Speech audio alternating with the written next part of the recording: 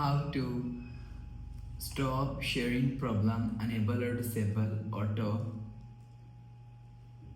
convert on Samsung Galaxy S26 Ultra. So let's start the video. First of all, go to app library. Now here, so click on gallery app and click on picture. So after click on picture, click on this three dot icon and click on select, and just click and hold on picture. So after click on select, click on share.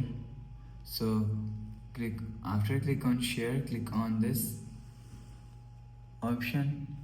So you will see option. So after click on this option, so you will see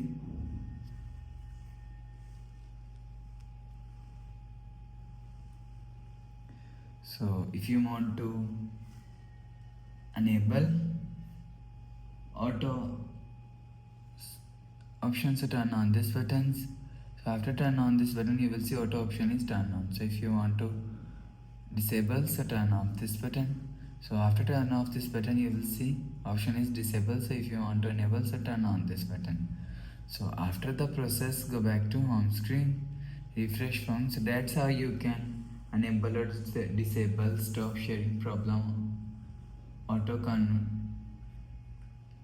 on Samsung Galaxy S26 Ultra.